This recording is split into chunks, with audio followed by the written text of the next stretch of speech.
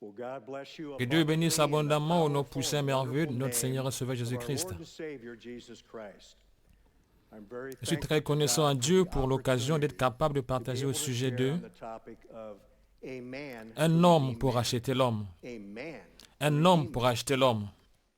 Veuillez ouvrir vos Bibles en 1 Timothée chapitre 2. 1 Timothée chapitre 2.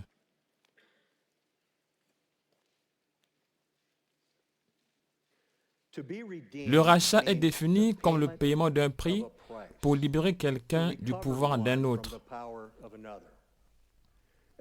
À un moment donné, nous avons tous été sous le pouvoir d'un autre, séparés du seul vrai Dieu. Avant que je sache ce que être racheté par Jésus-Christ voulait dire, je vivais dans la condamnation pour des choses que je faisais mal. Je m'attendais toujours à être puni par Dieu. Puis après, j'ai appris au sujet du grand amour de Dieu. J'ai appris que Dieu a envoyé son Fils Jésus-Christ pour racheter l'humanité. Dans cet enseignement, nous examinerons ensemble la parole afin de bien comprendre la rédemption qui est disponible à travers notre Seigneur Jésus-Christ. 1 Timothée chapitre 2, verset 5. Car il y a un seul Dieu et aussi un seul médiateur entre Dieu et les hommes, Jésus-Christ homme, qui s'est donné lui-même en rançon pour tous. C'est là un témoignage rendu en son temps. Pourquoi avons-nous eu besoin de rédemption? Au commencement, Dieu a créé le premier homme, Adam, comme un être tripartite, un homme de corps, âme et esprit. Il avait une connexion parfaite avec Dieu. Dieu avait placé Adam dans le jardin d'Éden. Il lui avait donné la domination et l'autorité sur toute sa création. Cependant, lorsqu'Adam a choisi de désobéir à Dieu, il a perdu sa connexion spirituelle avec Dieu. Le péché d'Adam a eu pour conséquence le transfert de sa domination et son autorité au diable. Tournez s'il vous plaît en Genèse chapitre 2.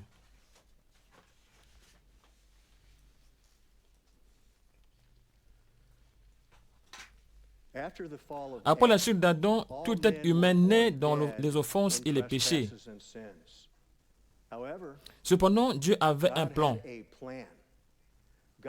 Dieu a envoyé son Fils Jésus-Christ pour racheter l'humanité.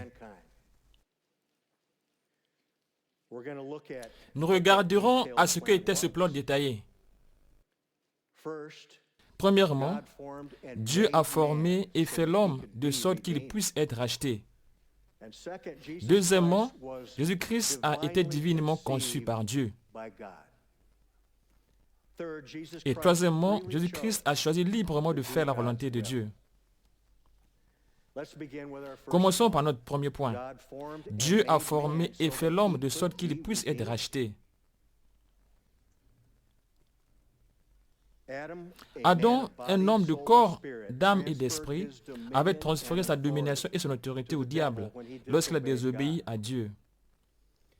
Nous verrons qu'il a fallu un homme de corps, âme et esprit pour payer le prix du rachat de l'homme. Cet homme était Jésus-Christ. Du point de vue biblique, quelle est donc la différence entre le corps, l'âme et l'esprit? Le corps. C'est facile, n'est-ce pas?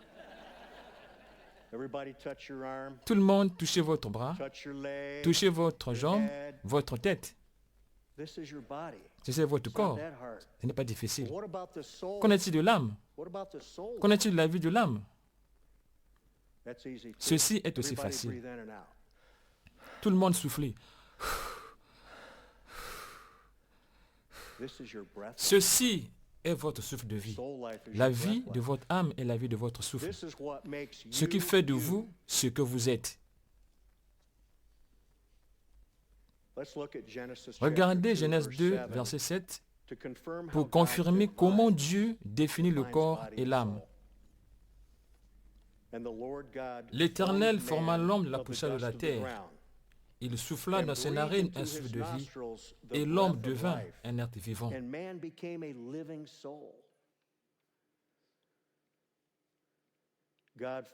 Dieu a formé le corps de l'homme de la poussière de la terre et souffla en lui le souffle de vie. Maintenant, qu'en est-il de l'esprit? Quelle était la partie d'Adam qui est appelée esprit? Regardez le chapitre 1 de Genèse, le chapitre précédent, verset 27. Dieu créa l'homme à son image. Il le créa à l'image de Dieu. Il créa l'homme et la femme. Dieu avait déjà formé et fait l'homme.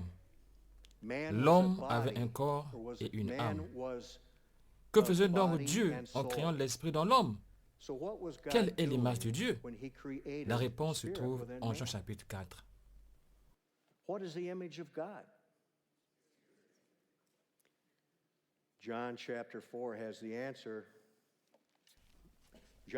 Tournons à l'évangile de Jean, chapitre 4, verset 24.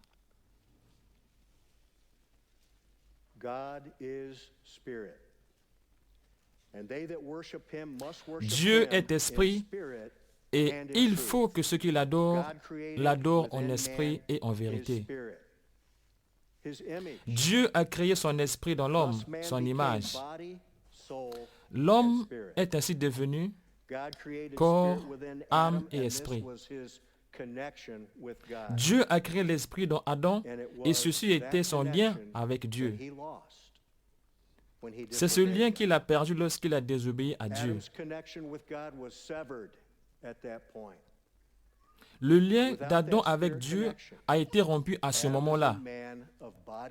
Sans cette connaissance spirituelle, Adam, en tant qu'homme de corps et âme seulement, s'est retrouvé limité dans ses capacités à ses 5 sens seulement.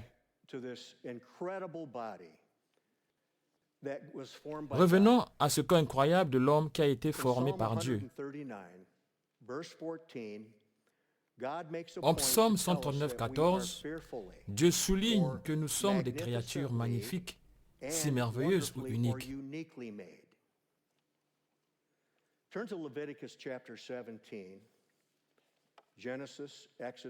Tournez en Lévitique chapitre 17. Genèse, Exode, Lévitique. Un aspect important de notre constitution unique est que la vie de notre chair se trouve dans le sang. Comme l'indique Lévitique 17, 11. Car l'âme de la chair est dans le sang. Je vous l'ai donné sur l'autel, afin qu'il servît d'expiation pour vos âmes. Car c'est par l'âme que le sang fait l'expiation.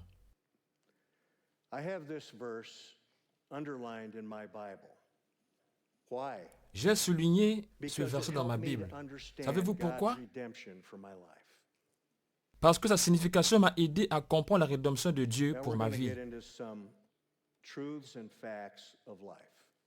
Considérons maintenant quelques faits et vérités concernant la vie. Ceci est important à savoir parce que cela nous montre comment Jésus-Christ est le Fils de Dieu. Je voudrais vous lire un extrait du livre La perspective de la parole, écrit par notre président fondateur, le Dr Victor Powell, à la page 172.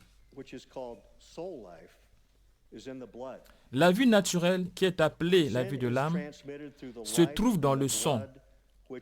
Le péché est transmis par cette vie de l'âme, autrement dit, par le sang et non par la chair. Cette vie qui se trouve dans le sang provient du sperme du mâle. La vie de l'âme est dans la sémence.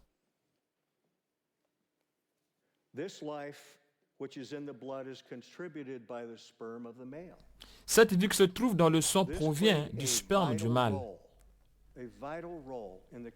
Ceci a joué un rôle capital dans la conception de notre Seigneur Jésus-Christ.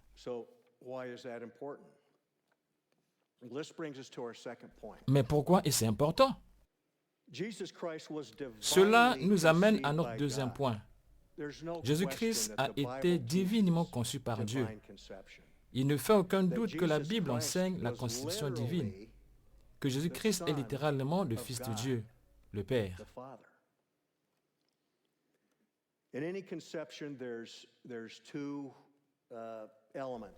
Dans toute conception, il y a deux éléments nécessaires. L'ovule et le spermatozoïde. L'ovule est pourvu par la mère, qui, dans ce cas, était Marie. Le sperme est pourvu par le Père, qui, dans ce cas, était Dieu, par la création divine. La création divine, Dieu a mis la sémence en Marie. Tournons nos Bibles en Hébreux chapitre 2.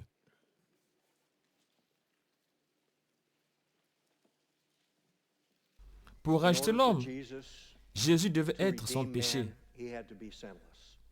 Cela signifie qu'il ne pouvait pas naître de la sémence d'Adam qui a transmis le péché au reste de l'humanité. Jésus est né sans péché parce que sa conception a eu lieu lorsque Dieu a créé le sperme en Marie. Hébreux chapitre 2, s'il vous plaît, verset 14. Ainsi donc, puisque les enfants participent au sang et à la chair, il y a également participé lui-même, afin que, par la mort, il anéantit celui qui a la puissance de la mort, c'est-à-dire le diable. Tous les enfants participent pleinement à la chair et au sang qui leur ont été transmis génétiquement depuis Adam et Ève, le premier homme et la première femme. Mais Jésus-Christ n'a pris qu'une seule partie. Il n'a pas participé pleinement. Il n'a pas participé à la fois à la chair et au sang. La parole de Dieu enseigne que Jésus n'a pris qu'une partie. Mais quelle partie a-t-il donc pris? La partie que Jésus a prise de sa mère Marie était la chair. Donc, physiquement, selon la chair, une partie du patrimoine génétique de Jésus venait de Marie, génétiquement transmis à Jésus. Cependant, la vie de l'âme dans son sang n'a été héritée ni de Marie, ni d'Adam, ni d'aucun autre être humain. Sa vie de l'âme est venue de Dieu. La vie de l'âme de Jésus-Christ n'avait ni péché, ni corruption. Dieu a fait en sorte que soit conçu un enfant qui serait complètement un homme, jouissant d'une totale liberté de la volonté et ayant cependant une nature sans péché. Dieu a préparé la naissance sans péché de Jésus-Christ depuis le commencement. Depuis le commencement. La partie que Jésus a prise était la chair, mais la vie de l'âme en lui était de Dieu. C'est Dieu qui l'a créé. C'est pourquoi la déclaration de Judas quand il a dit « J'ai péché en livrant le sang innocent » est une vérité extraordinaire. Jésus-Christ devait être un homme parfait pour racheter l'humanité. Rappelez-vous, Jésus-Christ nous a rachetés en payant pour nos péchés par son propre sang. Et ce sang devait être sans péché. Lors de la conception, l'ovule doit être fécondé par le spermatozoïde pour avoir une vie de l'âme. La mère pourvoit à ce fœtus en développement des éléments nutritifs nécessaires à la constitution de ce petit corps dans ses entrailles.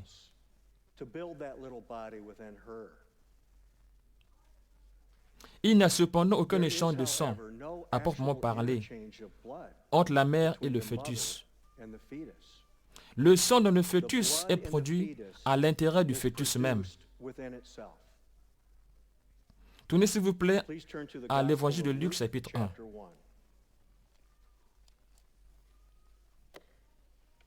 Examinons le récit de Marie quand elle a accepté de permettre à la conception d'avoir lieu. Verset 30. L'ange lui dit, ne crains point Marie, car tu as trouvé grâce devant Dieu. Et voici, tu deviendras enceinte et tu enfanteras un fils et tu lui donneras le nom de Jésus. Il sera grand et sera appelé fils du Très-Haut. Et le Seigneur lui donnera le trône de David, son père. Il régnera sur la maison de Jacob éternellement et son règne n'aura point de fin. Marie dit à l'ange, comment cela se fera-t-il, puisque je ne connais point d'homme?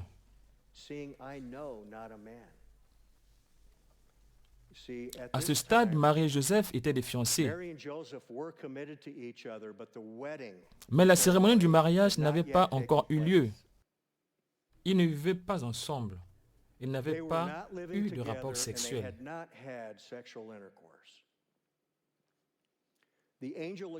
Au verset 35, l'ange explique que l'enfant sera divinement conçu. L'ange lui répondit, le Saint-Esprit viendra sur toi, et la puissance du Très-Haut te couvrira de son ombre. C'est pourquoi de cet enfant qui naîtra de toi sera appelé Fils de Dieu.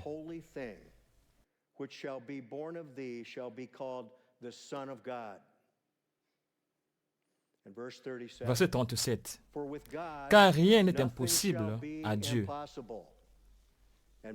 Marie dit, je suis la servante du Seigneur, qu'il me soit fait selon ta parole.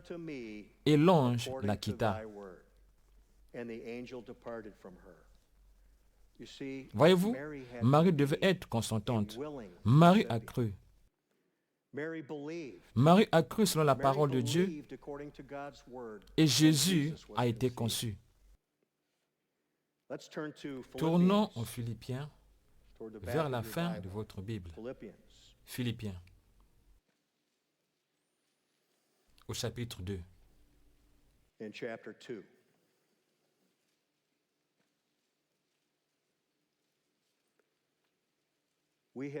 Nous avons vu que Dieu a formé et fait l'homme de sorte qu'il puisse être racheté. Et nous savons que Jésus-Christ a été divinement conçu par Dieu.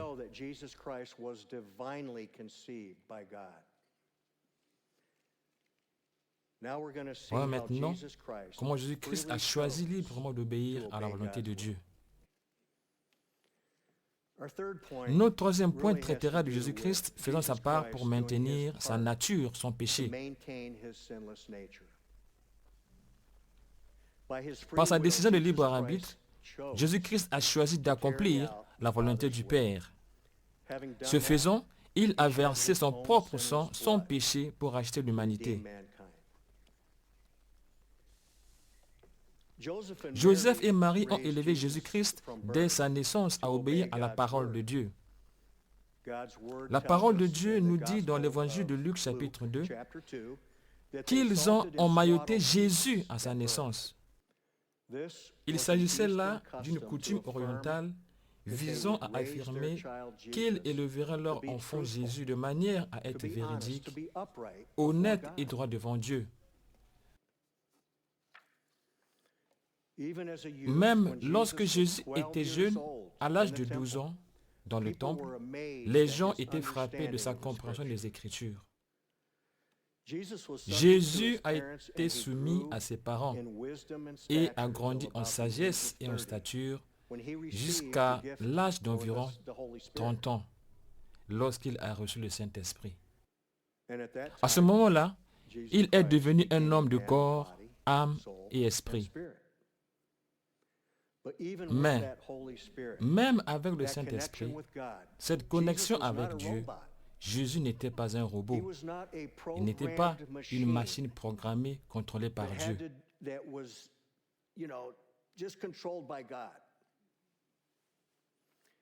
Il était un homme, tenté comme nous en toutes choses, sans commettre de péché, comme le déclare Hébreux 4:15. Jésus-Christ n'a jamais rompu la communion avec Dieu. Il a toujours choisi de servir Dieu et de faire la volonté de Dieu, quelles que soient les circonstances ou la situation.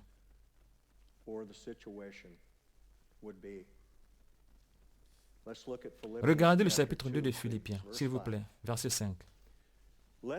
Ayez en vous les sentiments qui étaient en Jésus-Christ, lequel, existant en forme de Dieu, n'a point regardé comme une proie à arracher d'être égal avec Dieu, mais s'est dépouillé lui-même, en prenant une forme de serviteur, en devenant semblable aux hommes, et ayant paru comme un simple homme. Il s'est humilié lui-même, se rendant obéissant jusqu'à la mort, même jusqu'à la mort de la croix.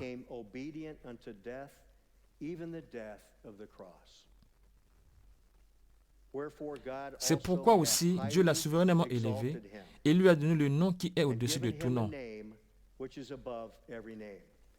Jésus-Christ a obéi à la parole de Dieu en tant que serviteur. Et comme résultat, Dieu l'a souverainement élevé. Tournons en Romains chapitre 3.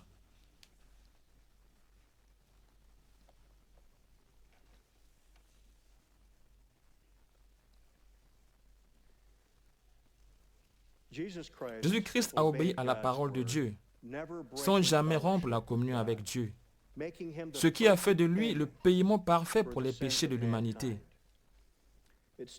Il est dit en Éphésiens 1:7 que nous avons la rédemption par le sang de Jésus-Christ, la rémission des péchés selon la richesse de la grâce de Dieu. Romains chapitre 3, verset 23. Car tous ont péché et sont privés de la gloire de Dieu. Et ils sont gratuitement justifiés par sa grâce, par le moyen de la rédemption qui est en Jésus-Christ. C'est lui que Dieu a destiné par son sang à être, pour ceux qui croiraient, victime propitiatoire ou paiement, afin de montrer sa justice, parce qu'il avait laissé impunis les péchés commis auparavant au temps de sa patience, afin, dis-je. Alors maintenant, en Romains chapitre 5.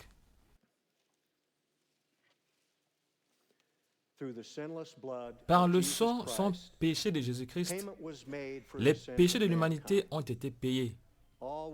Tout ce que nous avons à faire est de confesser Jésus comme notre Seigneur et de croire que Dieu l'a ressuscité des morts.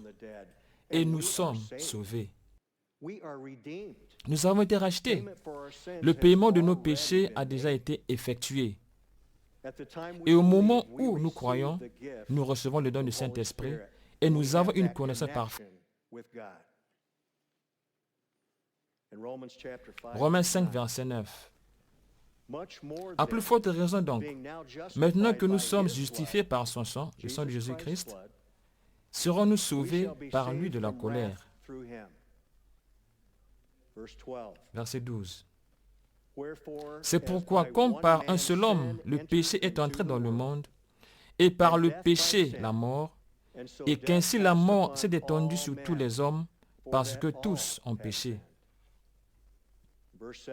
Verset 17. Si par l'offense d'un seul, l'offense d'Adam, la mort a régné par lui seul, à plus forte raison, ceux qui reçoivent l'abondance de la grâce et du don de la justice régneront-ils dans la vie par Jésus-Christ, lui seul. Dieu a envoyé son Fils, Jésus-Christ, pour racheter l'humanité. Jésus-Christ a obéi à Dieu et a donné sa vie. Et nous a rachetés par l'effusion de son sang, son péché, et a racheté ce qu'Adam avait donné au diable. Nous avons vraiment été rachetés. L'accès à la puissance et à la domination qui avait été perdu par Adam nous a été restitué par les œuvres accomplies de Jésus-Christ. Lorsque nous confessons Jésus comme notre Seigneur et croyons que Dieu l'a ressuscité des morts, nous devenons des individus constitués de trois parties, Nous avons le corps, l'âme et l'esprit. Dieu nous a donné un message important à partager à d'autres. Quel bon moment pour dire aux autres le plan de Dieu et ce que Jésus-Christ a fait. Jésus-Christ s'est donné en rançon pour tous, pour nous racheter, vous et moi. Que Dieu vous bénisse.